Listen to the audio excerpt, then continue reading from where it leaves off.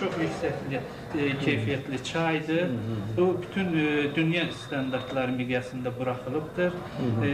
Şimdi bunun istehsalına başlayacağız. Bunu da çoğalacaq. Sizin Bəli. tadmanızı istiyor. Mərcan çay. Bəli, mərcəncə. Tadmanızı istiyor tadını. İlk tadı prezident. Tadmanı? Evet. Birinci xeyir Siz duasını tadırsınız. siz Xeyir verirsiniz. duası veririz.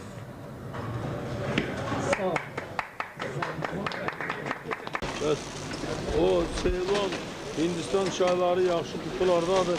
Azərbaycan çayını belə. Niyə belə eləmir? Bəs niyə gərək bunu da eləyək? Ama yeni bir keyfiyet üstünde işledi.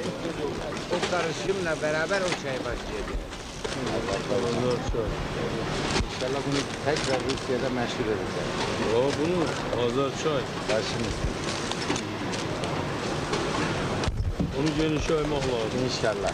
Ben başım. Ceylon, Hindistan çayı dünyada məşhurdur. Bunu da məşhurlaşdırmaq lazım. Evet efendim.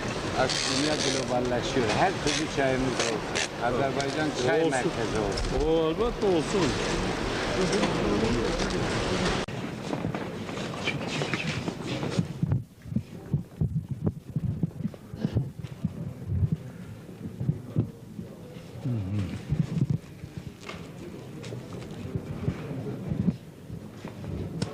Bu Aslardan, Lənkərandan gələnlərdir. Lənkərandan gələn. Lənkərandan. Biloz çaylarımızın keyfiyyəti çox dəyişir. Hədsiz dərəcədə keyfiyyətli çay olur. Biraz hələlik çəkisində gedir. O da bağlar 5-6 ildir buraxılır. Zəifliklər. Agrotexnika bu illər artıq diqqət artıq. Bu il nə qədər yığılır? Bu illər bir 1000 ton belə çay təxmin 1000 ton qədər azdır. Keçən illərdən çox. Yox, o çay yarpağı. Çay yarpağı yığılıb, alınıb quru çay 250. Ondan bir 4 dəfə artıq 1000 tona yaxın çay istəsək. Çay yarpağı 1000 ton. 1000 tondan azdır biz. Bəs niyə? Çünki axırıncı 4-5 ildə təmiz buraxmışdılar. Kolun məhsul verən o dövrlər yoxdur, o bağları təmiz tərk eləmişdi.